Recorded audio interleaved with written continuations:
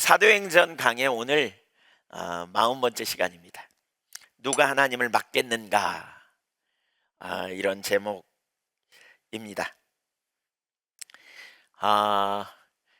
오늘 본문의 내용은 고넬료의 구원받는 장면에 베드로가 어떻게 그 일에 동참했는가를 소개하는 장면입니다. 사실 이 본문은 사도행전에만 3번 나옵니다. 그러니까 거의 비슷한 내용의 이야기가 반복되어 나오는 것은 아주 중요한 의미가 있다는 거죠. 그렇죠? 매우 중요한 말씀인 것을 보여주고 있어요. 사도행전의 한 전환점을 이루는 사건이라고 할 수 있어요. 예수님이 승천하시면서 제자들에게 성령이 너희에게 임하실 거다. 그러면 너희가 예루살렘과 온 유대와 사마리아 땅끝까지를 내 증인이 될 거다. 이렇게 말씀하셨어요. 그래서 복음이 예루살렘 유대에 또 사마리아까지 전파됐다면 8장에서 이제 10장에서 이방인의 복음 전도의 문이 열리게 된 거죠. 그렇죠? 그 과정 중에 오늘의 사건은 10장과 11장 여기 전반부의 이 사건은 매우 중요한 신학적인 의미가 있습니다. 매우 중요한. 복음이 전파되는데 가로막는 그 편견의 요소를 깨뜨리는 그런 일이 오늘 본문의 내용입니다. 크게 2가지를 살펴보려고 합니다. 첫째, 복음 전파의 장애물이 된 복음의 증인들. 너무 제목이 그렇잖아요. 복음 전파의 장애물이 된 복음의 증인들. 복음의 증인인데 복음의 전파를 장애물이 되었다, 이런 얘기죠. 첫 번째에서 3가지를 살피려고 합니다. 첫째, 편견입니다. 편견. 1절을 보면 유대에 있는 형제들, 사도들과 형제들, 초대교회 공동체를 의미하죠. 베드로가 고넬료의 집에 가서 복음을 전했고 이방인들이 구원받았다, 이 소문이 예루살렘 교회까지 들린 거죠. 이 말에 의미하는 바가 뭐예요? 아까 앞에서 나눴지만 사도행전 1장 8절에 그 땅끝까지 그 복음이 전파되는 일이 시작됐다는 의미잖아요. 기쁜 일이에요, 슬픈 일이에요? 좋은 일이에요, 나쁜 일이에요? 좋은 일이에요. 그러니까 이 말을 듣고 그들이 너무나 놀랍고 기뻐해야 했어요.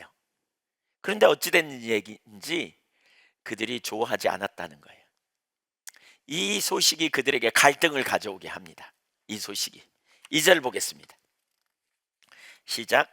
베드로가 예루살렘에 올라갔을 때 할례자들이 비난하여, 여기 할례자들은 문자적으로 말하면 할례를 받은 사람들 중에 어떤 이들, 그런 의미입니다. 그러니까 유대인들은 다 할례를 받거든요. 이게 언약의 증표로 할례를 받아요. 근데 그 모든 유대인들이 할례를 받았기 때문에, 그렇죠? 다 유대인에게 해당되는. 근데 그 중에 몇 사람이 지금 태클을 걸고 나온 거예요. 베드로를 비난한 거예요. 여기 비난하다라는 말은 디아크리노라는 말인데 미완료형이에요. 그러니까 계속됐다는 거예요. 비난이 계속됐다는 거예요. 그리고 이 비난하다는 내용이 뭐냐면 이의를 제기하는 정도가 아니라 그 집요하게 따지고 들었다는 거예요. 비난하고 정죄하려는 의도로 집요하게 따지고 들었다는 거예요. 베드로가 잘못했다는 거죠. 예. 참 아이러니해요. 여러분 한번 생각해 보세요. 그 당시에 초대교회 성도들에게 누군가 이렇게 질문해요. 당신들 사명이 뭡니까? 그럼 뭐라 그랬을까요? 우리는 열방에 나아가 복음을 증거하고 땅끝까지 복음을 증거하는 사명을 가졌습니다, 이렇게 말했을 거예요. 그럴 것 같죠? 네. 근데 지금 땅끝까지 복음이 증거되는 일의 시작이 되는 그 과정 중에 비난했다는 거예요. 복음이 계속 지금 전파되려고 하는 시점인데 오히려 복음의 증인 되어야 될 그들이 복음의 장애물이 되고 있는 거죠. 이해할 수 없는 아이러니예요. 뭐가 문제냐? 그들이 가지고 있는 편견 때문이에요. 그러니까 디아크리노라는 말의 의미에 디아라는 멀리서라는 말이고 크리노라는 말은 본질, 그런 의미가 있다 그래요. 제가 사전을 찾아보니까 제가 찾아본 사전에 그런 말이 없다 그랬는데 어느 분이 그렇게 주석을 해놨더라고요. 그래서 어쨌든 그런 의미로 온다면 이런 거예요. 본질과 상관없는 엉뚱한 것 가지고 비난하기 시작하는 거죠. 본질은 뭐예요? 초대교회 본질은 복음 전파하는 일이에요. 근데 그것과 상관없는 엉뚱한 것 갖고 비난하고 있는 거예요. 본질 아닌 것 같고 지엽적인 거에 눈이 가 있는 거죠. 그렇죠? 왜 그러느냐? 편견 때문이에요. 3절 보세요. 왜 그러는지 3절 시작. 이르되 네가 무할례자의 집에 들어가 함께 먹었다 하니, 무슨 얘기예요? 여기 무할례자 곧 이방인의 집에 들어가서 음식을 함께 먹었다. 그거 갖고 지금 비난하는 이유가 그거예요. 그러니까 계속해서 너 잘못됐다 이렇게 말하는 거죠.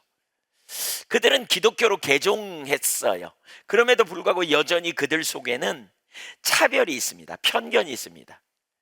그러니까 이 편견이 어디서 나왔냐면 유대인들이 가진 그 전통에서 나왔습니다. 그러니까 유대인들은 기본적으로 그 이방인들을 이렇게 만나지도 말고 함께 음식도 먹지 말고 그런 집에 들어가지도 말고, 한마디로 하면 상종하지 말라, 관계 끊어라, 이렇게 유대인들은 가지고 있어요. 왜냐하면 저들은 다 부정하다. 왜 부정하다 그러냐면 저들이 음식 먹는 거, 그러니까 유대인들이 가지고 있는 전통에 의하면, 왜 성경에 그렇게 말하잖아요. 유대인들은 짐승, 그러니까 고기를 먹을 때에도 이런 고기만 잡으라 그러는 거죠. 이런 짐승만.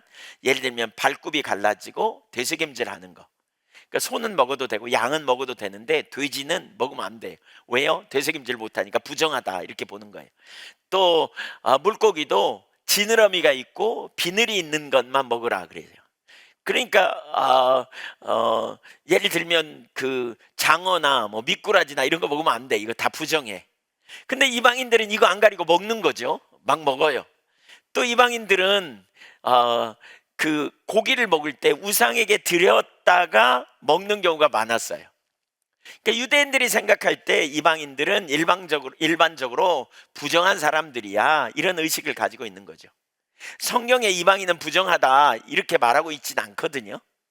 근데 이제 성경의 이런 정부정법에 의해서 나름대로 성경을 확대 해석하고 또 그것을 적용하려고 하고 어떻게든지 그걸 안 범하려고 하다 보니까 전통적으로 이 장로들의 유전이라고 성경에 나오잖아요. 전통을 가졌어요. 이방인들은 부정한 사람들이니까 만나지도 말고 상종도 말어. 할례도 안 받은 사람들이고, 그러니까 너네는 상종도 하지 마, 이렇게 한 거죠. 나름대로 성경을 확대 해석해 가지고 그렇게 말한 거예요. 그러면서 상대적으로 그것에 대한 우월의식과 자부심도 가지고 있었고요. 그런 가운데 있었는데 베드로가 이방인의 집에 갔다는 거예요. 무할례 자의 집에 들어가서 먹고 마셨대.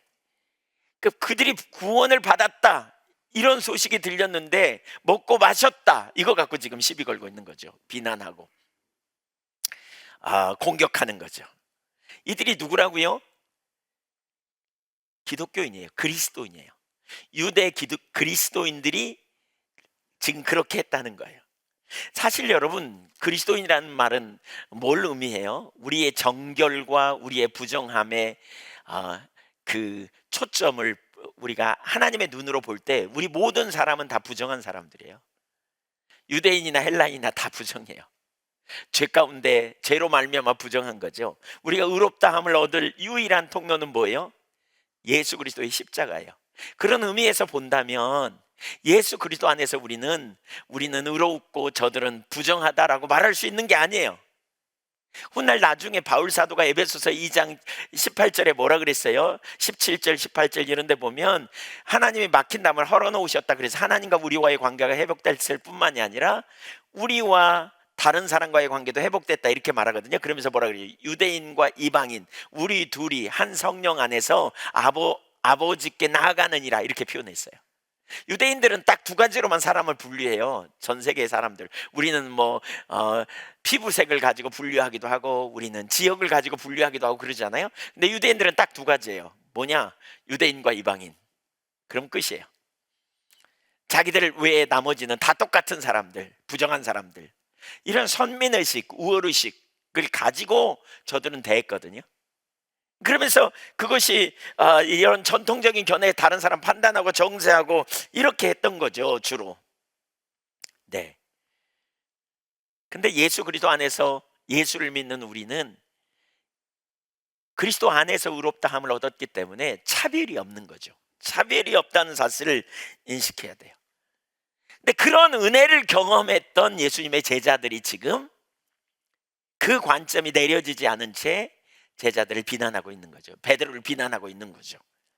사실 이것은 예수님의 공생의 사역 내내 있었던 끊임없는 논쟁이었어요. 그러니까 유대인들, 특별히 바리새인 서기관들이 예수님을 공격하는 주된 통로가 사실 이거였거든요. 예를 들면 요한복음 5장에 보면 38년 된 환자를 예수님이 치유하시잖아요. 베데스다 연못가에서 38년 동안 앓았던 환자가 치유되는 거 얼마나 놀라운 사건입니까? 근데 거기 있던 유대인들 중에 많은 사람들은 그 38년 환자가 치유된 것을 보는 게 아니고 예수님이 38년 된 환자를 치유하면서 안식일 날 침상을 들고 일어나 걸어가라 이렇게 했거든요. 그러니까 안식일 날 침상을 들었다는 거, 이거가 보인 거예요, 이거. 그래서 예수님을 비난합니다. 예수님을 막 비난해요.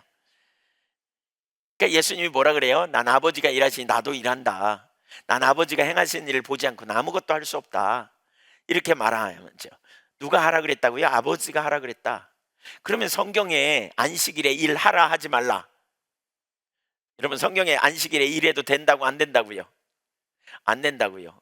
그러면 침상을 들고 걸어가라고 한 게 하나님이면 하나님이 안식일날 일하라고 그랬는가? 이래가지고 이제 너 잘못된 거야 이렇게 말한 거예요. 그들의 문제는 뭐냐면요, 안식일날 일이라는 개념을 자기식으로 해석한 거예요. 자기 나름대로의 관점으로. 그러니까 그들이 생각하는 일이 뭐냐? 그래서 그들은 글자를 2자 이상 쓰지 않고 뭐 이 의식 잘 지키냐 안 지키냐 여기에 초점이 있었던 거예요. 안식일의 본질이 뭐예요? 인격적인 하나님과의 관계, 사랑의 관계 안에서 하나님을 신뢰하고 경외함으로 우리의 삶을 구별되게 하나님께 드리는 거잖아요. 근데 그들은 의식을 잘 지켰냐 못 지켰냐 여기에 초점을 두다 보니까 그걸 파고든 거예요. 글자를 2자 이상 쓰면 안 되고 짐을 이 집에서 저 집으로 옮기면 안 되는 거고, 그러니까 그런 눈으로 보니까 예수님이 하신 일이 다 걸리는 거죠. 그들은 자기들의 전통을 가지고 그래서 주님의 일을 대적하는 자리에 섰다는 거예요. 그러면 왜 예수님께서 안식일 날 침상을 들고 걸어가라고 하셨을까요? 그들이 예수님을 시비 걸 줄 몰라서 그랬을까요? 당연히 아셨을 거예요. 근데 왜 그래요? 그들의 잘못된 전통을 드러낸 거예요. 잘못된 그거에 대한 갈등을 부추기고 그들로 하여금 자기들의 상태가 올바른지, 정말 그것이 정말 올바른지 생각해 보도록 그 사건을 통해 드러내신 거죠. 예수님 당시에 이러한 문제가 얼마나 많이 있었는지 몰라요. 그 어떤 학자는 그런 표현을 했더라고요. 예수님의 가장 큰 문제, 유대인들이 볼 때 문제는 안식일 논쟁이었다. 안식일, 정부정법을 뒤집어 버리는, 자기들이 생각할 때 이게 정결하다고 생각하는데 부정한 방식을 자꾸 예수님이 들고 나왔다는 거예요. 근데 유대인들이 생각할 때 이 율법을 자기식으로, 성경 말씀을 자기식으로 해석해서 왜곡된 이해와 관점을 가지고 있었다는 거죠. 또 누가복음 15장 1절 2절 한번 보실래요? 모든 세리와 죄인들이 말씀을 들으러 가까이 나오니, 예수님께 세리와 죄인들이 가까이 왔어요. 그랬더니 바리새인과 서기관들이 수군거려 이르되 이 사람이 죄인을 영접하고 음식을 같이 먹는다 하더라. 예수님이요, 죄인들, 세리도 그 당시에 죄인이었는데 세리와 죄인들 예수님이 엄청 가까이 했어요. 그래서 바리새인들이 예수님에게 별명 지어준 게 뭐냐면 죄인들의 친구, 먹기를 탐하는 자, 술을 즐기는 자, 이렇게 별명을 3가지로 지어줬습니다. 예수님 별명이 바리새인들 사이에 있었습니다. 하나님으로부터 예수님이 왔다면 상대적으로 깨끗하고 정결하게 산 자기들하고 함께 교제해야지, 왜 저 나쁜 짓을 행한 죄인들하고 놀아, 이런 거죠. 자기들이 말씀대로 살려고 얼마나 노력하고 선하게 살려고 했는데 왜 죄인들하고 놀아, 이거죠. 그들은 자기들이 가진 전통에 의해서 자기들이 나름대로 의롭다고 생각하고 굳게 그것을 옳다고 생각하고 굳게 믿었던 거죠. 근데 예수님이 그러한 그들의 생각을 깨뜨리기 위해 누가복음 15장에 보면 3가지 비유를 들잖아요. 일은 양의 비유, 2번째 일은 드라크마, 은화의 비유, 세 번째 잃은 아들 탕자의 비유를 통해서 하나님이 누구인가를 소개하죠. 그들이 생각할 때는 율법을 잘 지키고 착한 일한 자기들을 하나님께서 만나주시고 저들은 몽땅 심판해서 끝내볼 거다 이렇게 생각했는데, 예수님이 오셔서 뭐라 그러냐, 하나님은 잃어버린 자에 관심이 있어. 그래서 어떤 목자가 100마리의 양을 가지고 들에 나갔다가 한 마리가 길을 잃으니까 99마리를 놔두고 그 잃은 양 한 마리를 찾아 나가서 그 양을 찾아가지고 기어이 돌아와서 잔치를 베푸는 거야. 이 비유의 매 끝에마다 뭐가 나와요? 잔치가 나옵니다. 잔치. 예를 들면 7절에 보면 그런 표현이 있어요. 누가복음 15장 7절, 내가 너에게 이르노니 이와 같이 죄인 한 사람이 회개하면 하늘에서는 회개할 것 없는 의인 99사람으로 말미암아 기뻐하는 것보다 더하리라. 예수님의 생애에 보면 이런 일들이 정말 많았어요. 바리새인과 이렇게 충돌이 일어난 거죠. 그들이 생각할 때는, 유대인들이 생각할 때는 율법 잘 지키고 자기들이 의롭고 자기들이 괜찮으니까 예수님은 자기 편 들고 저들은 심판하고 저들하고는 절대 안 놓고. 그런데 예수님은 왜 오셨다고요? 잃어버린 자를 구원하러 오셨다는 거예요. 예수님이 처음에 오실 때는 뭐하러 오셨다고요? 심판하러 오신 게 아니라 죄인을 구원하기 위해 오셨다. 이걸 계속 반복해서 말씀하죠. 근데 이들은 전혀 이해 못한 거예요. 자기들이 가지고 있는 관점으로, 자기들의 기준으로 대한 거죠. 안식일에 대한 개념을 잘못 해석해서 사람들 억압에 빠지기도 하고 본질이 무엇인지 잘 몰라가지고 그들은 자기의 관점으로 예수님을 정죄하고 결국 예수님을 십자가에 못 박는 자리까지 갔잖아요. 이걸 제자들이 지켜봤어요, 옆에서. 여러분, 지금 베드로 자신은 말할 것도 없이 베드로를 비난한 제자들이 다 지켜봤다니까요. 예수님이 이렇게 행하신 것, 이렇게 행하신 거 다 지켜봤다니까요. 왜 예수님이 그 제자들 앞에 이걸 가르쳤을까요? 교회가 그렇게 세워져야 될 것 같아서 그런 거죠. 그렇게 하나님의 사람들이 세워져야 될 것 같아서 그런 거예요. 겸손함으로 자꾸 우리가 가지고 있는 편견 내리고, 자꾸 자기 생각 내리고, 자꾸 어린아이처럼 겸손함으로 배우려고 하고 하나님의 길을 발견하고 따라가는, 하나님의 행하심을 보는, 인자가 온 것은 심판으로 온 게 아니야, 이 표현을 여러 번 합니다. 죄인을 구원하려 온 거야. 나는 의인을 위해 온 게 아니야, 죄인을 위해 왔어. 이 의미를 잘 이해 못했습니다. 우리는 잘하니까 우월의식. 여러분, 그렇게 우월의식을 가졌던 바리새인들이나 지금 베드로를 비난하는 그 초대 교회 성도들의 모습이나 똑같습니다. 다를 바가 없습니다. 놀랍게도 예수님께 가르침을 받은 교회 공동체, 사도들과 형제들이 있는 공동체에서도 동일한 일이 일어난 겁니다. 한두 번 들어갖고 이게 되는 일이 아닌 것 같아요. 이게 편견, 왜곡된 이해죠. 예수님은 원망하거나 대적했던 유대인들처럼 똑같이 비난하는 그들. 사실 오늘날 우리 자신 살펴봐야 돼요. 우리가 그 자리에 있지 않은지 살펴봐야 돼요. 우리는 우리 나름대로의 견해를 가지고 너무나 쉽게 다른 사람을 판단하고 정죄하는 자리로 가요. 오늘날 우리가 그러기가 얼마나 쉬운지 몰라요. 너무나 쉽게 우리가 나름대로의 견해를 가지고 우월의식과 자부심을 가지면서 다른 사람을 너무나 쉽게 정죄하는 자리에 가는 경우가 얼마나 많은지 몰라요. 어떤 외적인 것을 가지고. 오늘날 어떤 사람들은 그런 얘기 되게 많이 해요. 우리는 전통을 지켜, 우리는 보수적이야, 우리는 전통 있는 교단이고 교회야, 성경도 우리는 킹제임스 성경을 쓰니까 그것이 진리야. 여러분, 신학을 좀 공부하고요, 성경에 대해서 좀 아는 사람은 그렇게 말하는 게 얼마나 우스운 일인지 금방 알아요. 성경이 처음부터 킹제임스 성경이 우리에게 딱 주어져 가지고 딱 그대로 내려왔다면 우리는 반드시 킹제임스 성경만 봐야 돼요.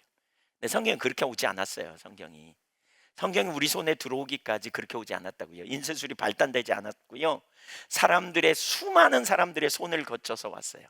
그래서 자꾸 새로운 사본이 발견되고 자꾸 성경의 새로운 사본들이 자꾸 찾아지는 거 아세요? 자꾸.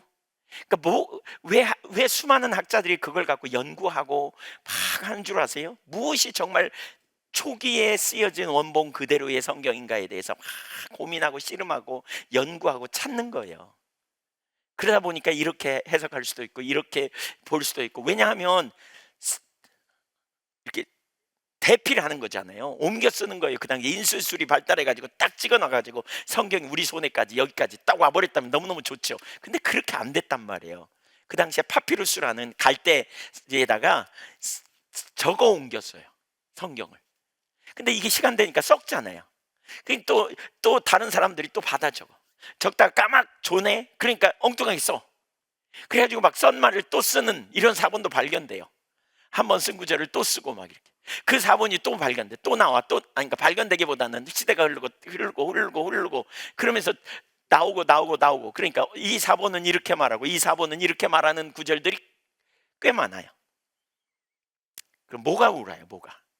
이런 문제 가지고 이제 어떻게 이걸 잘 찾아내냐, 어떻게 기도하면서 찾고 구하고 그러냐. 또 아세요? 히브리 말을 헬라어로 번역하고요, 또 그걸 영어로 번역하고요, 또는 히브리 말을 헬라어로 번역하고요, 또는 우리가 히브리 언어를 많이 공부해가지고 이 히브리 성경을 우리말로 번역되는 과정에도 또 번역을 이렇게 할 수도 있고 이렇게 할 수도 있고. 근데 우리는 그 우리말에 번역된 성경 그것만 진리라고 믿어. 아니, 당연히 성경은 일제명도 틀림없는 하나님의 말씀이라고 저는 확신해요. 근데 이 얘기예요. 문자주의에 빠지지 말라는 거예요. 문자 하나에 목숨 걸지 말라는 거예요. 문자 하나에. 중요한 영역을 문자 하나 가지고 이렇게 빠지지 말라는 거예요. 성경 전체에 의미하는 바가 뭔지, 그 구절이 뭔지 이걸 넓게 봐야 된다는 거예요. 근데 우리가 너무나 많은 순간에 이런 어떤 나름대로의 그러면서 우리는 이걸 보니까 우리는 정통이고 너네는 다 잘못됐어, 이렇게 판단하는 사람들이 얼마나 많은지 몰라요. 여러분, 그런 사람들만 있는 줄 아세요? 우리는 큰 교회야, 우리 목사님이 이렇게 말했어, 그럼 그게 또 진리야. 또 그렇지 않은 건 다 우습게 여겨. 조그마한 개척교회 다니면서 뭘 안다고 까불어 이렇게 말해.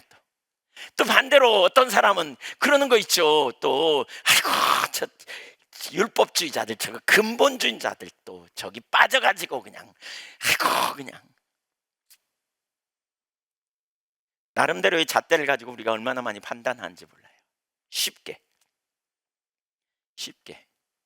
예배 시간에는 반드시 사도신경을 해야 된다, 그 말이 성경에 있어요? 성경에 사도신경이 있어요? 있어요, 없어요? 아, 있어요. 여기 앞에 있잖아요. 누가 그러더라고요. 제가 물어봤더니 있대. 그래서 어딨냐 그랬더니 앞 페이지에 있대. 네, 농담이고요. 성경 사도신경은 진짜 좋은 전통입니다. 그러니까 우리가 사도신경적인 이런 신앙 고백을 개인적으로 안 하면 이단일 가능성이, 동의 안 하면 이단일 가능성이 높아요. 사도신경은 매우 좋은 전통입니다. 근데 예배 시간에 꼭 공예배 시간에 해야 된다, 이렇게 성경에 말하고 있다면 반드시 해야 돼요. 근데 그렇게 말하고 있지 않아요. 예배 시간에는 한국에서 만든 합동 찬송가를 꼭 해야 된다, 그러면 우리는 반드시 합동 찬송가 해야 돼요. 근데 그렇게 말하고 있지 않아요. 성경에 뭐라 그랬어요? 새로운 노래로 하나님을 찬양하라 라고 말하고 있어요. 새 노래로 우리가 하나님을 찬양하는 거예요. 사실 여러분, 그렇게 말하니까 또 그러면 찬송가는 또 아무것도 아니다, 또 이렇게 말하면 안 돼요. 찬송가를 가지고 새 마음으로 우리가 하나님을 찬양하는 자리로 가는 거고요. 그러니까 어떤 자리에 있느냐의 문제가 아니에요. 근데 이 의식을 붙들면, 본질이 아니고 의식을 붙들면 그거 갖고 자꾸 다른 사람 판단하고 비난하고 정죄하고 자기들만 특별하다고 여기고, 그러니까 싸우는 거예요. 그러니까 신앙생활 엄청 오래 한 사람들이 섬기는 교회에 우리는 보수다, 우리는 정통이다 이러던 사람들이 교회 안에 분란이 일어나면 용서가 안 돼. 계속 싸우는 거예요. 뭐 때문에 그래요? 우리 속에 있는 그 편견, 자기 나름대로의 관점이죠. 하나님의 기준과 다르면 다 편견이에요. 이걸 안 내려서 그래요. 안 내려서 그래요. 정말 이게 어리석은 마음이죠. 무의식중에 교회 안에서도 우리가 그런 자리에 있지 않은지 살펴봐야 돼요. 여러분, 정말 우리가 그런 자리에 있지 않은지 살펴봐야 돼요. 교회 와서 상처받고 나가는 사람도 절대로 적지 않잖아요. 내가 먼저 예수 믿었고 내가 은혜 좀 받았다고 다른 사람을 쉽게 차별하고 있지 않은지 우리가 살펴봐야 돼요. 성적인, 그러니까 남성이냐 여성이냐, 또 학력이 높냐 낮냐, 재물이 많냐 적냐, 또 건강하냐 불편한 몸이 있냐, 나이가 많냐 적냐, 이런 거 가지고 우리가 너무나 자주 차별하는 그런 세상 속에서 살면서 그러한 영향력이 교회까지 들어와서 상대적으로 우월의식과 자부심을 갖거나 아니면 열등의식을 갖거나 그래서 차별받는 자리에 가는 거죠. 여러분, 이게 육체를 의지하는 사람들의 특징이에요. 육체를 의지하는 사람들은 뭐예요? 내가 많이 가지면 자부심 갖고 없으면 열등의식 갖고 눌려요. 그러나 우리는 그리스도 안에 있다는 말은 그리스도로 말미암아 의롭다함을 입었고 나는 그리스도로 말미암아 구원받은 자예요. 근데 나만 그런가? 옆에 사람도 다 똑같아요. 그래서 우리 모두에게는 예수가 필요하고 예수 그리스도 안에서 차별이 없는 거죠. 이 자리에 가야 돼요. 예수 그리스도 안에 차별이 없는. 주님 안에 저와 여러분이 그 자리에 있기를 간절히 소원합니다. 아멘.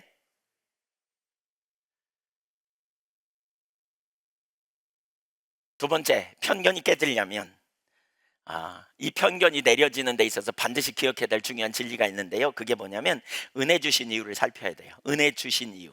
그러니까 내가 남보다 더 많이 은혜 받았고 내가 자부심 가질 그런 걸 자부심 가질 게 아니라 은혜 주신 이유를 살펴야 돼요.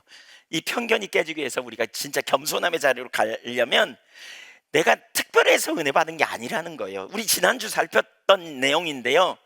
10장 41절 42절을 보면 베드로가 그렇게 말하잖아요. 주님을 그러니까 하나님께서 자신들을 미리 택하시고 부활하신 주님이 만나 주신 이유가 뭐냐? 우월의식 갖고 자부심 가지라, 너네가 특별해라, 이게 아니라는 거죠. 베드로 사도가 뭐라 그래요? 다른 사람들에게 복음의 증인 되게 하려고 그랬다는 거예요. 여러분, 남보다 더 많이 은혜 받으셨나요? 남보다 더 여러분에게 깨달음이 있나요? 남보다 더 여러분이 특별한 하나님의 어떠한 은총 가운데 여러분이 놀라운 복음의 은혜를 경험했나요? 하나님이 여러분 통해서 다른 사람에게 증인 삼으려고 주신 거지, 잘난 체하고 우월의식 갖고 자부심 갖고 다른 사람 차별하고 나름대로 그거 가지고 판단하고 정죄하는 자리에 서라고 하는 게 아니라는 거죠. 사실 우리가 은혜로 구원받았으면 안다면, 그러기 때문에 우리는 계속 초점을 누구에게 둬야 돼요? 주권자이신 주님께 초점을 두고요, 주님의 음성을 들으려고 하고요, 주님의 행하심에 우리의 초점을 두는 자리로 가야 돼요. 겸손함으로. 그럴 때 우리가 어떻게 돼요? 하나님이 저와 여러분의 그런 중심의 태도, 자세를 가지고 나가면 하나님께서 저와 여러분의 편견을 깨뜨리시고 저와 여러분을 변화시키시고 새롭게 해주실 줄 믿으시기 바랍니다. 네, 그런 일이 우리 가운데 일어나야 돼요. 그런 일이 계속해서. 네, 너무너무 필요한 영역이지요. 그 다음에 여기서 또 한 가지를 더 살펴보려고 합니다. 그러니까 편견을 깨기 위해서 또 우리가 편견이 있음을 인정하고 나아가는 중요한 자세인데요, 그게 뭐냐면 소통을 배우는 겁니다. 소통을 배우십시다. 소통. 네, 편견이 있다는 사실을 인식하고 내가 보는 게 다가 아님을 인식하게 될 때 우리가 소통을 배워야 돼요. 소통하는 걸 배워야 돼요. 오늘 본문의 1절에 그러잖아요. 그런 소문을 들었어요. 근데 내게 딱 걸려. 여러분이 이제 그 초대교회 성도님들이라고 생각해 보세요. 사도들과 형제들이라고 생각해 보세요.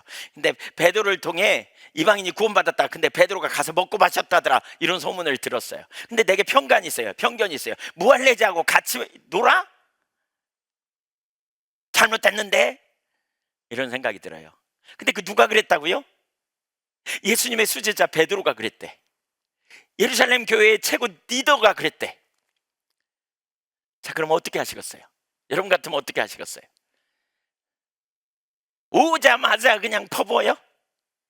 보자마자 비난하면서 손가락질하면서 네가 리더 맞아? 막 이러면서. 사람들이 그렇게 했다는 거거든요. 지금 정황을 보면 일부가, 다는 아니지만. 근데 이렇게 했으면 어떨까? 이렇게 베드로를 주님이 택하셨고 저를 세우셨으니까, 그리고 저를 통해서 놀라운 일이 일어나니까 존중하는 자세를 가지고 무슨 사정이 있었느냐고 조용히, 그러나 진지하게 물어봤다면 어떻게 됐을까? 그렇죠? 어떤 사정인지 그런 얘기가 들리던데 내 생각에는 이게 이렇게 잘못된 것 같은데 어떻게 생각하냐고 이렇게 물었더라면 어땠을까? 저는 이 본문을 보면서 그런 생각이 들었어요.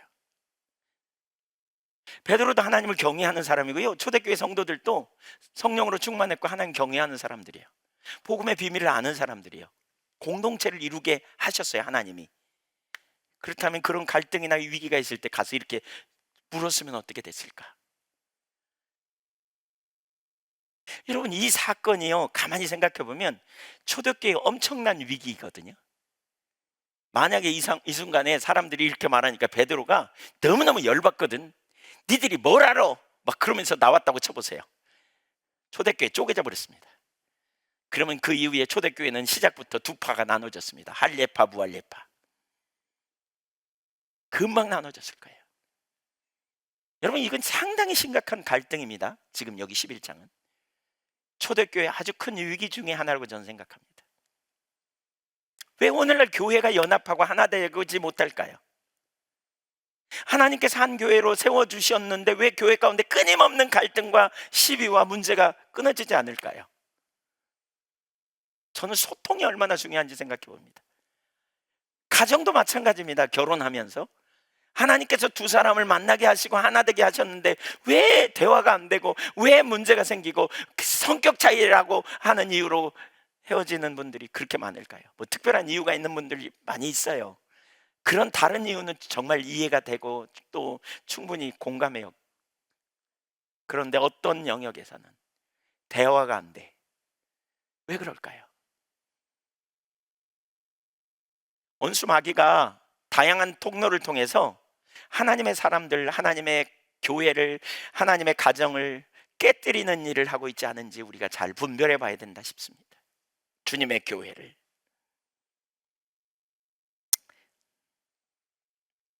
함부로 비난하거나 판단하는 일을 내리고 납득이 안 갈 때, 이해가 안 될 때 찾아가서 이런 일이 있는데 어떻게 생각하냐고 열린 마음 배우려는 자세를 가지고 했다면 어떨까요? 그렇죠? 전 이거 정말 중요한 자세라고 생각해요. 정말. 가정에서도 그렇고 교회에서도 그렇고요. 대화하는 법을 우리가 배워야 되겠다는 거죠. 존중하고 신뢰함으로 이해되지 않는 영역이 있다면 화내기 전에 묻고 들으려고 하고 내가 뭔가 오해하고 있는지 잘못하고 있는지 나누고. 왜요? 하나님을 경외하니까. 피차에. 왜요? 하나님 앞에 있으니까. 그런 중심의 자세를 가지고 나와 다르고 생각이 다를 수 있구나라는 사실이 대화되어지면서 나눠질 수도 있고요. 특별히 지금 이 문제는 전혀 다른 차원이지만 다른 영역에서 생각이 다르고 의견이 다를 수 있다는 사실을 이해하고 받아주고 그렇다면 아름답게 싸매지겠죠.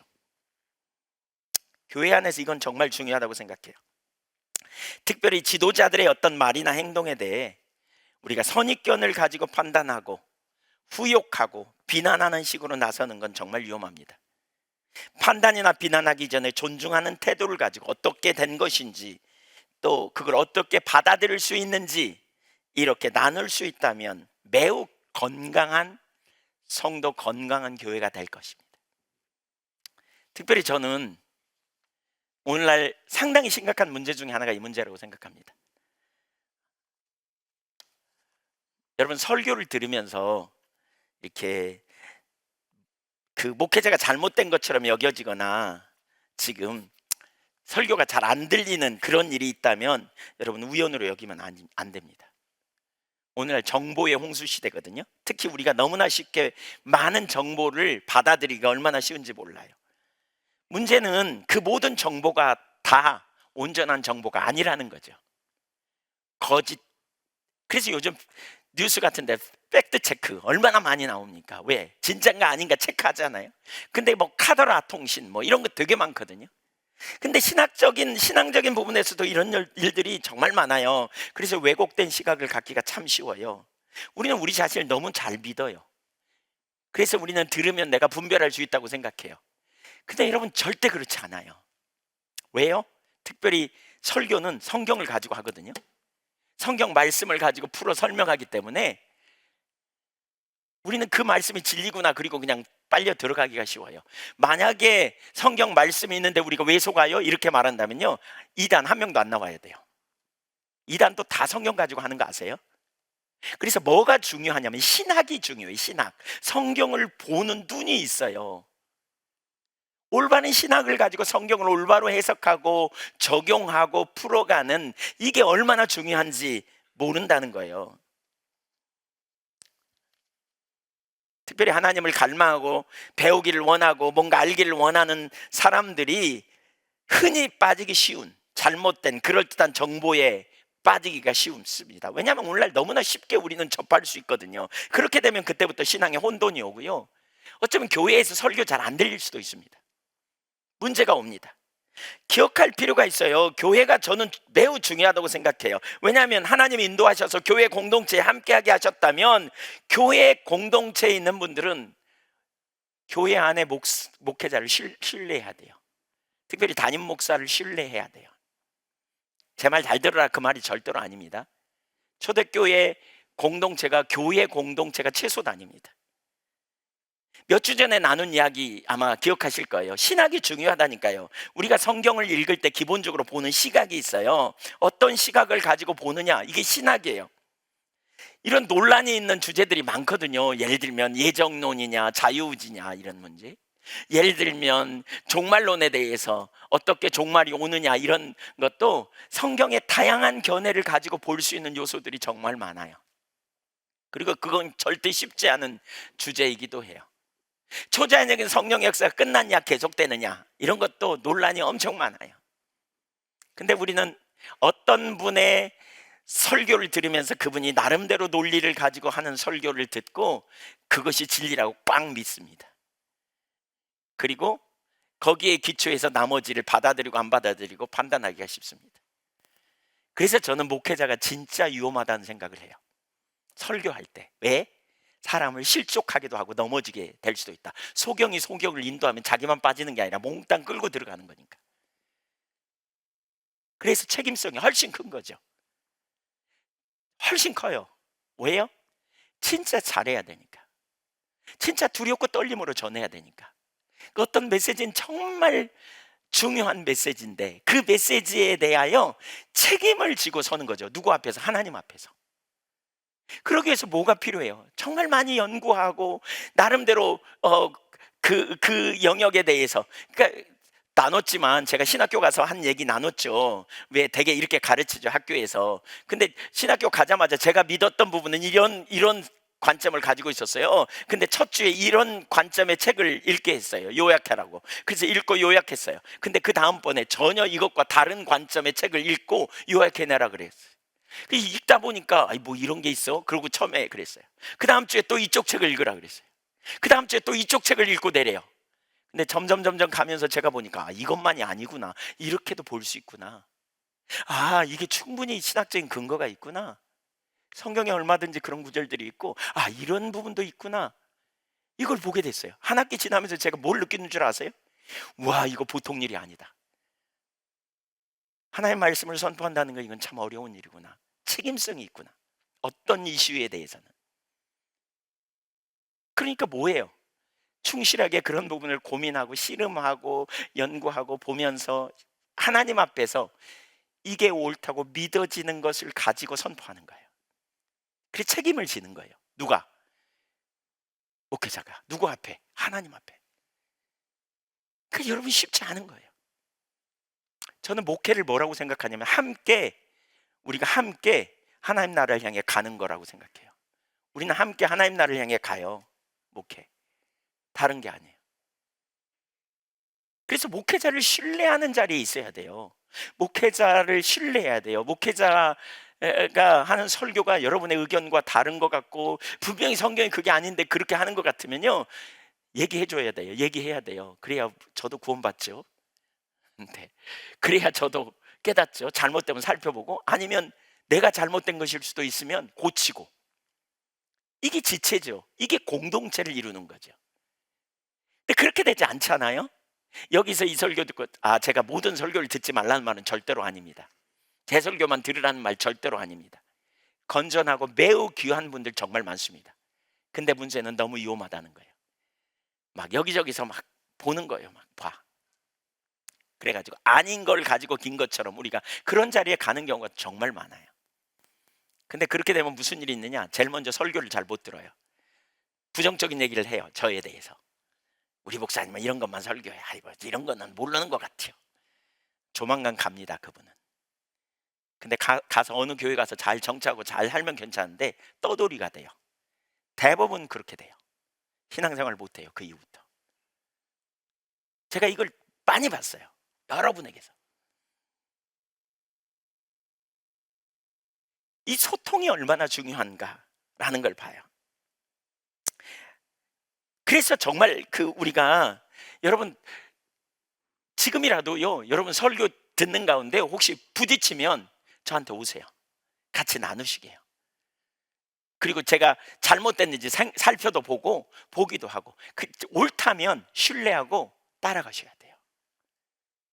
그걸 받아들이셔야 돼요. 거기에 토대에서 받아들이셔야 돼요. 정말 안 믿어진다면 제가 책을 소개할 테니까 책도 보시고 그러면서 여러분의 신앙이 성숙되어져야 돼요. 그래야 된다고 믿어요. 특별히 이 시대는 너무나 지금 혼탁한 시대예요, 영적으로. 그리고 코로나 맞아가지고 제가 보니까 기회가 있거든요. 시간이 있으니까 그냥 보는 거예요. 그냥 보고는 그냥 그게 진리인갑네 막 이러면서 그냥 너무 심각한 상황. 우리 예한교회가 지금 막 그렇다, 그건 아닙니다. 근데 이전에부터 계속 느껴왔던 겁니다. 네, 어쨌든 소통의 기술을 우리가 배워야 되겠다고 하는 거예요. 잘 소통할 수 있기를 축복합니다. 아멘. 네, 옆에 사람하고 한번 소통 잘해보자고 눈 맞춤을 한번 하시죠. 특별히 가족끼리 더 눈 맞춤을 하셔도 좋을 것 같아요. 잘해봅시다, 이렇게. 네, 이 소통 잘하는 게 얼마나 중요한지 몰라요. 초대교회 시험 들 뻔했거든요. 성도들이 시험 들 뻔했어요. 큰일 날 뻔했어요. 교회가 깨질 뻔했어요. 근데 이걸 잘 싸매서 오히려 좋은 기회가 될 수 있었던 거죠. 이 사건을 통해서 복음 전파가 되어지고요, 넓혀지는 계기가 됐어요. 그러나 일처리 방식에, 대화 방식에 아쉬움이 좀 있죠. 우리는 어떻게 해야 되는지 이 사건을 통해서 잘 배울 수 있기를 소원합니다. 아멘.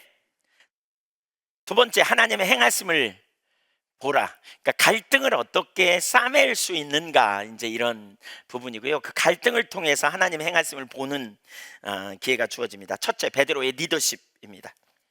4절 보겠습니다. 베드로가 그들에게 이 일을 차례로 설명하여. 여러분, 이 4절을 가만히 보십시오. 여러분이 베드로 같으면 그렇게 사람들이 비난하고 나설 때 어떻게 하겠어요? 네, 그냥 가만히 그러려니 하고 참고 이렇게 설명하겠어요? 성질 한번 내겠어요? 네, 성질 내면 교회 깨져요. 여기 초대교회 깨졌어요. 니들이 뭘 한다 그래? 어떻게 나한테 감히, 내가 수제자인가 몰라? 이러고 나와 보세요. 그러면 확실히 이단이네 뭐 이러면서 교회 깨졌어요. 베드로는 온유하게 접근합니다. 소리칠 수도 있는데 그렇지 않고 반응하죠. 이게 정말 리더들에게 필요한 자세예요. 이게 부모님들에게 필요하고 이게 성숙된 사람들에게 필요해요. 여러분, 가정에서 남편이나 아내에게 여러분이 성숙됐다면 그렇게 그런 태도를 취하는 게 참 중요해요. 그러면 여기 온유하다는 말이 뭐예요? 온유한 자는 복이 있나니 땅을 기업으로 얻을 것이요 그랬잖아요, 산상수훈에. 그러면 온유하다는 말이 뭐냐? 일반적으로 온유하다는 말은 부드럽다, 그런 의미입니다. 근데 이렇게 생각할 수 있어요. 어떤 분은 그냥 사람 눈치 보고 비유 맞추느라고 부드럽다. 근데 그건 온유가 아니에요. 예수님은 나는 마음이 온유하고 겸손하다 이렇게 말씀하셨는데 예수님은 화도 여러 번 냈거든요. 그러니까 온유하라는 말은 힘이 없어서 그냥 사람들 눈치 보느라고 분위기 맞추려고 이렇게 끌려가는 게 온유함이 아니에요. 성경이 말하는 온유함은 뭐냐? 겸손과 함께 갑니다. 겸손과 짝을 이룹니다. 항상 겸손과. 겸손한 사람이 온유한 사람이 된다는 말이에요. 자신의 부족과 연약을 깨달은 사람이 겸손하잖아요. 자신의 부족과 연약을 깨달은 사람이 겸손하다면 그런 사람이 다른 사람에 대해 온유한 거예요. 왜냐하면 비슷한 줄 아니까. 지금 베드로가 자기가 동일하게 그 고넬료의 집에 가는 게 잘못됐다고 생각했었잖아요. 그걸 알았기 때문에 이제 사람들이 그렇게 비난하는 것에 대한 이해를 가지고 화내지 않고 차근차근 설명해 주며 온유하게 접근합니다.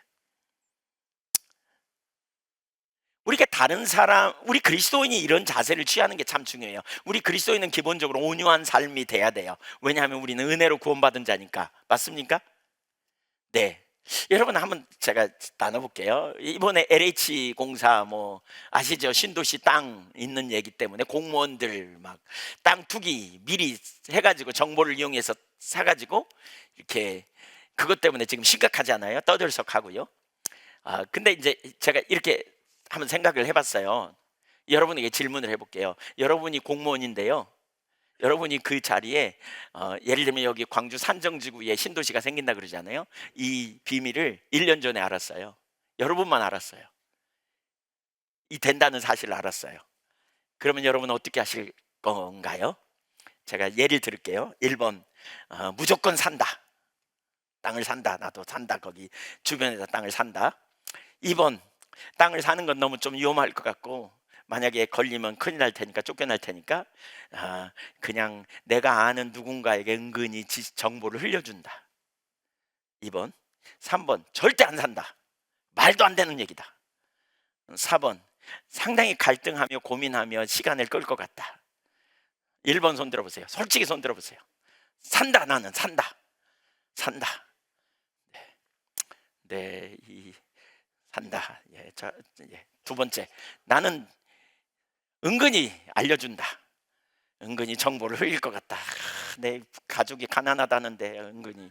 네, 네. 3번, 난 절대 안 산다. 네, 지금 절대 안 살 것 같은 분들 얼굴이 있다기에 절대 안 사요. 4번, 갈등할 것 같다. 네. 아직도 갈등하고 계셔. 손을 못 드는 분들이 적지 않아. 네. 네, 그래서 아무나 공무원 되면 안 돼요. 시험에 들지 말게 깨어 있어 기도하라 그랬잖아요. 유혹을 당하지 않도록. 우리가 이런 사람들 많이 막 욕하잖아요. 우리는 텔레비 보면서 막 저런 인간들이 어떻게 있냐. 우리가 그 상황 되면 어떨까? 어떻게 될까? 아, 제가 가만히 생각해 봤어요. 저는 좀 갈등할 것 같아요. 저는 우리 교회 성도님 중에 누가 가난한데 그분 좀 흘려줄까? 뭐 이럴 수도 있을 것 같아. 제가 그 말을 제 아내에게 하면 제 아내는 당신 제정신이냐고 그럴 것 같아요. 그래서 저는 결혼 잘했단 말입니다. 제가 큰일 날 뻔했습니다. 네. 전 기질적으로 좀 그런 측면이 있는 것 같습니다. 어쨌든 제가 목사니까 뭐 지금 상황에서는 제가 거기 뭐 이렇게 안 하겠죠.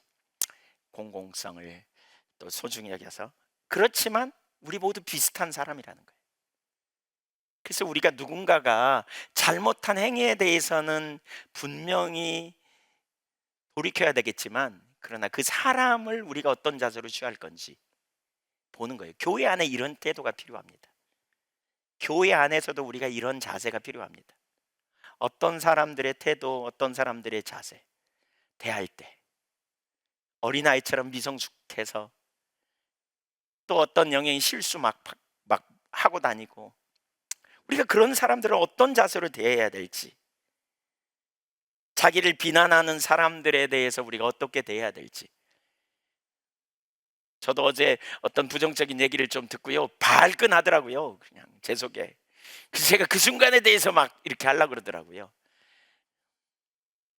그래서 한두 얘기를 끝내고 저녁에 그분한테 전화해가지고 그 본인이 아니라 그 얘기를 저한테 전한 제 앞에 있는 사람한테 제가 전화해서 미안하다고, 제가 안 할 말 했다고 용서해달라고 그랬습니다. 그리고 하나님 엄청 회개했습니다. 순간적으로.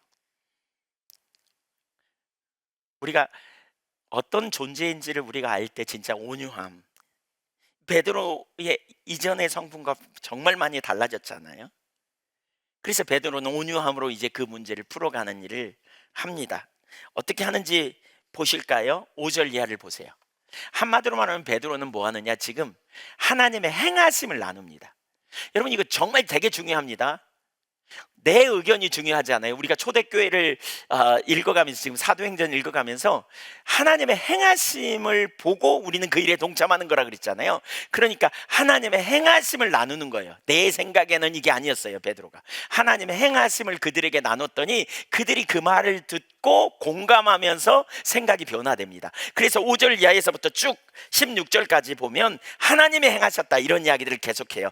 이르되 내가 욥바시에서 기도할 때에 황홀한 중에 환상을 보니 그 보자기 같은 그릇이 내 귀에 매어 하늘로부터 내리어 내까지 드리워지거늘 이것을 주목하여 보니 땅에 네 발 가진 것과 들짐승과 기는 것과 공중에 나는 것들이 보이더라. 또 들으니 소리 있어 내게 이르되 베드로야 일어나 잡아먹으라 하거늘 내가 이르되 주님 그럴 수 없나이다. 속되거나 깨끗하지 아니한 것은 결코 내 입에 들어간 일이 없나이다. 또 하늘로부터 두 번째 소리 있어 내게 이르되 하나님이 깨끗하게 하신 것을 네가 속되다고 하지 말라. 계속 하나님이 지금 가르치잖아요. 환상을 보이고 또 그 다음에 말씀하시고 또 그 다음에 11절 이해 보세요. 마침 세 사람이 내가 유숙한 집 앞에 서 있으니 가이사랴에서 내게로 보낸 사람이라. 성령이 내게 명하사 아무 의심하지 말고 함께 가라 하시매 이어서 형제도 나와 함께 가서 그 사람의 집에 들어가니 그가 우리에게 이르기를 천사가 내 집에 서서 말하되 네가 사람을 욥바에 보내어 베드로라는 시몬을 청하라. 그가 너와 내 온 집이 구원 받을 말씀을 내게 이르리라 함을 보았다 하거늘 내가 말을 시작할 때 성령이 그들에게 임하시기를 처음 우리에게 하신 것과 같이 하는지라. 내가 주의 말씀에 요한은 물로 세례를 베풀었으나 너희는 성령으로 세례를 받으리라 하신 것이 생각나노라. 하나님이 행하신 일을 지금 쫙 나누고 있죠. 예, 환상을 보이고 그 다음에 성령을 통해서 말씀하시고 또 고넬료 집에 천사를 통해서 말씀하시고 그래서 가서 말씀을 전했더니 성령님이 오셨고 다 하나님이 하신 거예요. 그래서 그 순간에 말씀이 생각났대. 그래서 그걸 따라서 행했다는 거죠. 되게 중요한 게 하나님의 행하심이에요. 주도권을 잡고 일해 가시는 일을 나눴어. 이게 얼마나 중요한지 몰라요. 우리가 그 동역자로서 하나님이 주도권을 갖고 행하시는 일을 우리가 따라갈 때 하나님 그 일을 경험한다 그랬잖아요. 그걸 우리가 배우는 게 정말 중요하죠. 베드로는 편견을 내려 순종함으로 따라갈 때 하나님 크기의 열매가 맺어진 거예요. 그 결과가 17절에 나옵니다. 17절. 그러면서 그렇게 하나님 행하심을 보았을 때 베드로가 행한 두 가지 모습이 나와요. 두 가지를 그가 깨닫게 되었다, 그리고 행동한다, 이렇게 표현하는데 17절 두 가지를 말하죠. 여기서 첫째는 뭐예요? 하나님께서 우리에게 우리가 믿을 때 선물을 주신 것, 값없이 주신 성령 세례를 주신 것처럼 저들에게도 똑같이 주네? 이렇게 말하는 거예요. 지금 우리만 준 줄 알았더니 저들에게도 똑같이 준다. 할례되나 무할례되나 차별이 없구나. 하나님 동일하게 역사하시는구나. 이걸 깨달았다는 거예요. 그래서 사도행전 15장 8절 9절에 보면 세 번째 이 이야기를 하면서 베드로가 세 번째 이 사건을 얘기할 때 그렇게 말하거든요. 믿음으로 그들의 마음을 9절에 보면 깨끗게 하사 9절 8절 9절 9절만 같이 읽어보죠. 시작. 그들의 마음을 깨끗게 하사 그들이나 우리나 차별하지 아니하셨느니라. 여러분, 베드로가 과거에 하나님은 사람을 외모로 취하지 않는다는 사실을 몰랐을까요? 구약 성경에 여러 번 나온다니까요. 다 알았어요. 그럼에도 불구하고 우월의식을 가졌어요. 그뿐만이 아니라 예수님이 누구를 위해 왔다고요? 의인이 아니라 죄인을 위해 왔다. 그뿐만이 아니라 베드로 무슨 고백도 했어요? 주님이 우리에게 은혜 주신 건 선민의식 가지라는 게 아니고 아직 안 믿는 사람들에게 먼저 믿는 자로서 증인되라고 부르셨다. 이것까지도 베드로는 깨달았어요. 그럼에도 불구하고 여전히 그는 차별의식을 가지고 있었는데 이 사건을 통해서 비로소 진짜를 알게 됐다는 거예요. 정말 그리스도 안에서 이방인 유대인이 아니구나. 예수 믿는 자와 안 믿는 자구나. 이걸 발견하는 거예요. 이걸 발견하는 거예요. 주님 안에 새로운 시각을 갖게 된 거죠. 이런 깨달음을 받았다는 거예요. 몇 주 전에 우리 살폈잖아요. 우리가 하나님의 말씀에 순종해 가봐야 영적 성숙이 이루어진다 그랬죠. 말씀에 순종해 가봐야 돼요. 믿습니다. 그리고 하나님 말씀하실 때 유언부담을 감수 안 하고 제자리에 있으면 우리가 배울 바를 못 배워요. 이론적으로는 다 알던 지식이 지금 가는 과정을 통해서 눈앞에서 일어난 하나님의 행하심과 성령의 역사를 보면서 베드로가 이걸 진짜 깨달았다는 거예요. 이방인과 유대인 차별이 없다. 그리스도 안에서는 모든 사람이 한 형제요 자매다. 그래서 이제 우리 모두가 이방인을 향해 형제로 알고 적극적으로 하나님이 부르시는 자들에게 얼마든지 성령을 부어주시는 그 하나님을 알고 우리가 나가자. 지금 그거 아니겠어요? 이걸 발견한 거예요. 그래서 그 다음에 두 번째 그의 고백이 뭐냐, 이런 거죠. 하나님이 하시는데 내가 누구이기에 하나님을 능히 맡겠느냐, 이거예요. 순종을 통해서 그는 하나님의 의도를 알았고요. 그러자 정말 하나님의 행하심을 누가 맡겠느냐는 거예요. 하나님의 행하심에 기꺼이 동참하고 나가는 거예요. 기꺼이. 사실 베드로가 막았고요, 하나님의 행하심을. 이전에는 거기 모인 사람들이 다 하나님의 행하심 막았어요. 우리가 몰라서 하나님의 행하심을 막을 수 있어요. 우리가 몰라서 하나님이 어떤 일을 행하고 계시는데 그걸 우리가 함부로 판단하고 정죄할 수 있어요. 제가 과거에 그랬다니까요. 성령의 사역에 대해서 이해 못했을 때는 어떤 사람이 예언 사역한대. 그래서 누가 그 말을 하더라고요. 저한테 전해주더라고요. 그래서 제가 뭐라고 한 줄 아세요? 놀고 있네. 그랬다가 나중에 엄청 회개했습니다. 여주몽 목사님도 그런 표현을 하시더라고요. 과거에 성령의 사역 그러면 그거 엄청 판단하고 정죄했대요. 나중에 성령의 역사가 얼마나 우리에게 필요한가를 깨닫고 은혜를 받고 하는데 본인은 하나님 음성 듣는 이런 게 전혀 안 돼. 그래서 뭐가 문제인가 깨닫다가 어느 날 성령을 근심케 한 죄, 이렇게 판단하고 이런 죄를 엄청 회개하셨대요. 그랬더니 그 다음에 하나님의 음성이 들리고 하나님의 행하심을 보는 이런 눈이 열렸다. 그게 이제 순천 햇빛교회에서 있었던 일이거든요. 그 당시 그날 거기서 그런 체험했다고 저한테 고백하고 그 뒤에 설교 시간에 그런 얘기 자주 하시죠. 편견, 하나님의 일을 대적하는 자리에 서는 거죠. 우리도 얼마든지 그 자리에 설 수 있다는 거예요. 네. 그래서 우리가 믿음으로 순종하고 가야 돼요. 차별이 없는 하나님을 분명히 알고 하나님의 행하심을 누가 막을 수 있겠는가. 그래서 무슨 일이 벌어진 겁니까? 거기 18절을 읽어볼까요? 그 말을 그들이 이 말을 듣고 잠잠하여. 여러분, 하나님의 행하심을 나누니까 할 말이 없어. 다 너무 맞거든요. 그게 그러니까 잠잠하고 그 다음에 뭐예요? 하나님께 영광을 누리죠. 이 잠잠했다는 말은 비난하던 말을 그쳤다는 말이죠. 예, 그쳤어요. 불평하던 말 끝나버렸어요. 이제 입을 닫아버린 거예요. 그리고 하나님께 영광을 돌려 이르되 그러면 하나님께서 이방인에게도 생명 얻는 해결을 주셨네, 이렇게 고백하는 거죠. 온유한 리더십을 통해 공동체가 하나님의 뜻을 알게 되는데 어떻게 그 위기를 싸맸는가를 우리는 베드로를 통해 배울 수 있어요. 첫째 뭐예요? 온유했어요. 두 번째 뭐예요? 하나님의 행하심을 나눴어요. 자기 의견에 이게 아니에요. 하나님의 행하심을 나눈 거예요. 하나님이 어떤 일을 행하셨는가. 그러면서 자기가 왜 그렇게 행했는지, 우리의 행동의 근거는 하나님의 행하심과 연관이 되잖아요. 거기에 근거해서 이걸 나눈 거죠. 우리가 이걸 배워야 돼요. 이걸. 그랬더니 그를 통해서 하나님이 정말 놀라운 일을 이루신 거죠. 예. 자, 마지막 한 가지, 두 번째 갈등은 성숙의 기회입니다. 자, 그럼 이 갈등에 대해서 우리가 한번 좀 다시 좀 생각해 보죠. 여러분의 인생에 갈등이 일어나면 좋습니까? 싫습니까? 싫습니까? 갈등이 없이 편안하게 하면 좋습니까? 제가 제 아내와 결혼해 가지고요, 갈등이 있는 걸 참 싫어했어요. 저는. 그래서 제 아내가 무슨 말 할 때 서로 다르잖아요. 근데 제 아내가 무슨 말 할 때 저는 이렇게 기질적으로 저는 좀 참으면 그냥 넘어가거든요. 그냥 속으로 저거 아닌데 그러면서도 그냥 이렇게 하고 나갔다 오면 그냥 잊어버려요. 괜찮아요. 그냥 넘어가요. 이렇게 많이 했던 것 같아요. 위장된 평화, 갈등을 없애려고 평화를 유지하고 살아왔던 것 같아요. 이렇게 그러다가 한 15년 살다가 이제 폭발했어요. 제 아내가 이제 자꾸 얘기하면 제가 안 봐. 제 아내를 안 쳐다봐. 이렇게 가만히 앉았다가 뭐 얘기 좀 하자 그러면 이제 제가 갑자기 신문을 본다든가 아니면 책을 본다든가 제 눈이 가요. 얘기해, 다 들어. 한 번은 제 아내가 내가 무슨 말 했냐고 물어보더라고요. 그래서 다 알아, 다 들었어. 그러고 이제 근데 무슨 말 했는지 얘기해 보래요. 사실은 못 들었어요. 그랬더니 이제 제 아내가 뒤집어진 거죠. 이제 사람이 얘기하는데 듣지도 않고 그러면서 달라졌다고 이전하고 안 달라졌다고 나 똑같다고 사실 똑같은 거였거든요.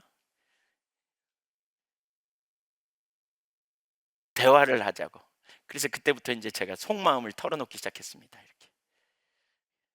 그랬더니 제 아내가 그냥 뒤집어졌어요. 왜 그러냐고. 전에는 안 그랬잖냐고. 전에는 참았다고. 평화를 유지하기 위해서. 근데 이제 그 이제 속마음을 좀 나도 얘기해야 편할 것 같다고.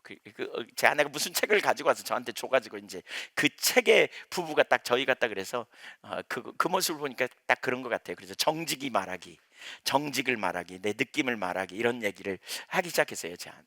그러면서 많이 부딪히고 이제 그거 가지고 우리 교회에서 그때 같이 이제 여름 수련회 때 나누기도 하고 뭐 이제 이전에 많이 그랬거든요. 우리는 보통 이런 갈등을 피하고 싶어요. 그냥 안 봐버리고 그냥 덮고 넘어가고.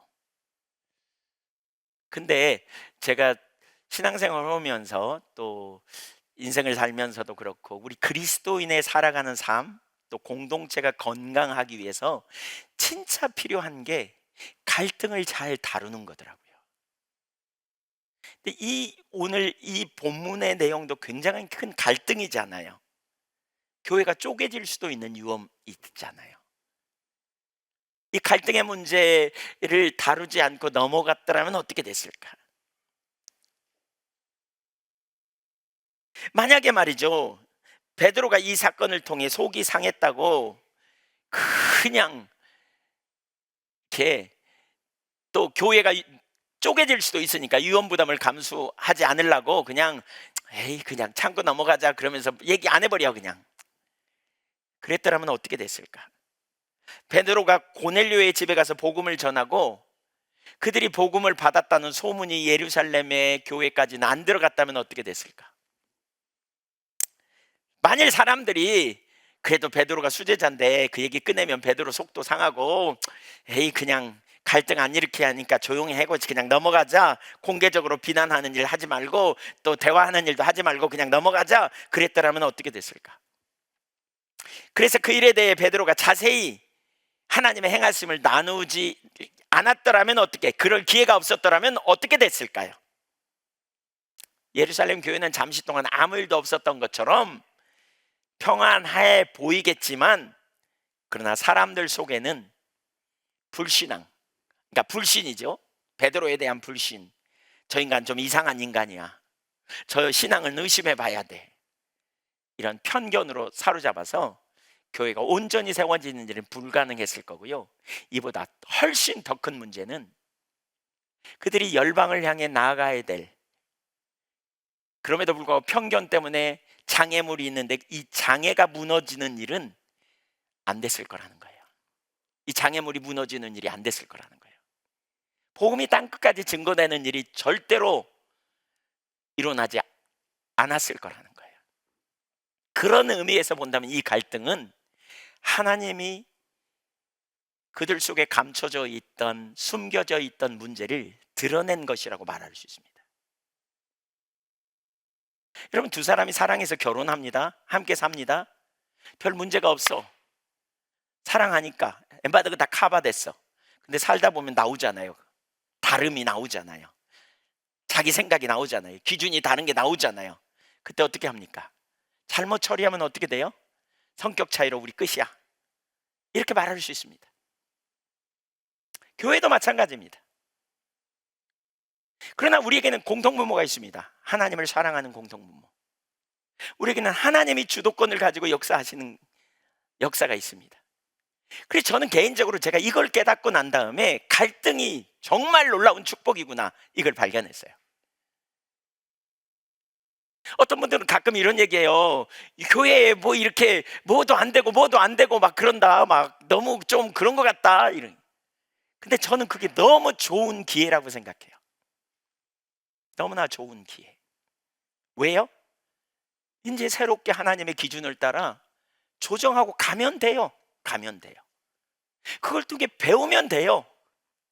여러분, 갈등을 두려워하지 마세요. 여러분, 갈등은 어쩌면 좋은 관계에서 갈등이 드러난 건 서로 다름이 드러난 거고요. 또 하나님께서 이 초대교회도 유대까지 사마리아까지만 그냥 전도하고 있었으면 별 문제 없어요. 근데 이방인에게로 가면서 그동안 감춰져 있던 그러한 갈등이, 그러한 편견이 드러난 거예요. 그리고 이거 드러나지 않았더라면 정말 어떻게 됐을까 싶어요. 근데 이걸 통해서 뭐예요? 그들의 잘못된 생각이 하나님의 기준 가운데 새롭게 조정되고 회복되고 영적인 성숙이 일어나고 점점 하나님과 동행하며 하나님의 행하심을 보고 나아갈 수 있는 길이, 눈이 열린 거죠. 그런 의미에서 갈등은 축복입니까? 맞습니다. 축복입니다. 여러분, 갈등을 두려워하지 마십시오. 처리하는 방법이 중요합니다. 어떻게 처리하느냐? 우리가 하나님을 경외함으로 하나님 앞에 배우려는 중심의 자세를 가지고 어린아이처럼 대면하되, 특별히 하나님의 길을 우리에게 알게 해달라고 구하며 찾으며 나아가면 수많은 갈등을 통해서 우리가 더 많이 세워지고 더 많이 자라게 될 줄로 믿습니다. 제가 우리 사나리 학교 같은 경우도 보면 갈등이 있어요. 막 이렇게 보면 저는 속으로 신나합니다. 야, 뭐가 잘 되겠구나, 이렇게. 예. 갈등하는 당사자들은 좀 힘들 수도 있지만 솔직히 말하면 저는 신뢰합니다. 왜냐하면 다 하나님을 경외하는 사람들이니까. 그 갈등하면서 저한테 막 이렇게 상담도 해요. 막, 목사님 이거 어떻게 해야 되는지 모르겠어요. 아이고, 그래요. 그러면 저는 뭐라 그러냐, 다 하나님이 만나게 하신 사람들이니까 하나님 앞에 가서 서로 존중히 여기고 배우라고 그래요. 인간관계에서 갈등이 있어요. 또 어떤 뭔가 터덕거리는 문제가 생기는 건, 그건 새롭게 우리를 빚어가고 성숙되어지는 기회이죠. 갈등을 두려워하지 마십시오. 하나님은 우리를 가장 좋은 길로 인도하실 길을 가지고 계십니다. 아멘. 갈등에 눌리지 마십시오. 피하지 마십시오. 직면하십시오. 그래서 하나님의 기준을 따라, 길을 따라 조정하고 기꺼이 하나님의 기준 가운데 설 수 있기를 주님의 이름으로 축원합니다. 초대교회 사도행전 오늘 11장 1절부터 18절 고넬료 복음 전도의 사건을 통해서 우리는 크게 두 가지를 생각했습니다. 하나는 복음 전파의 장애물, 편견이 얼마나 복음을 가로막을 수 있는지를 생각해 봤습니다. 편견이 무엇인지, 그 편견을 깨기 위해서 우리가 은혜 받은 자라는 사실을, 우리가 우월의식 가지라고 하나님이 우리에게 먼저 은혜 주시는 게 아님을 기억하고 겸손히 주님 앞에 우리의 초점을 두고, 또 이러한 순간에 우리가 그러한 어떤 부딪히는 일이 있을 때 우리가 올바른 대화를 통해서 그 갈등을 풀어가는 자리에 서야 되고요.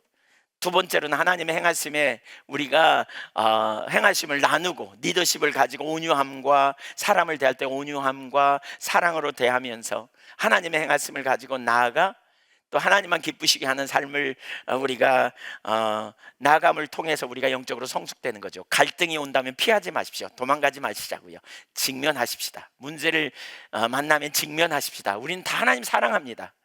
최근에 제가 어떤 모임에 가게 됐는데 막 다툼이 있었어요. 그래서 제가 그 의견 나누기 전에 먼저 화해하자고 그랬습니다. 그랬더니 어떤 분이 저한테 나중에 그러는 거 있죠. 언론적인 얘기 누가 못하냐고, 그 어린아이 같이 그런 얘기 하지 말라고. 그래서 제가 깜짝 놀랐습니다. 어떻게 그런 얘기를 하냐고. 우리가 하나님을 사랑하는 공통분모가 있고 또 우리가 그 외에도 많은 공통분모가 있는데 어떻게 그런 생각을 하냐고. 그 문제가 해결할 능력이 우리에게 있지 않고 주님께 있고 우리가 당연히 그 자리에 서야 되지 않겠냐고. 그랬더니 아무 말도 안 하시더라고요. 갈등은 기회예요. 갈등은 주님 안에서 아름답게 저와 여러분이 빚어지고 세워지게 될 줄로 믿습니다. 우리 같이 기도하겠습니다.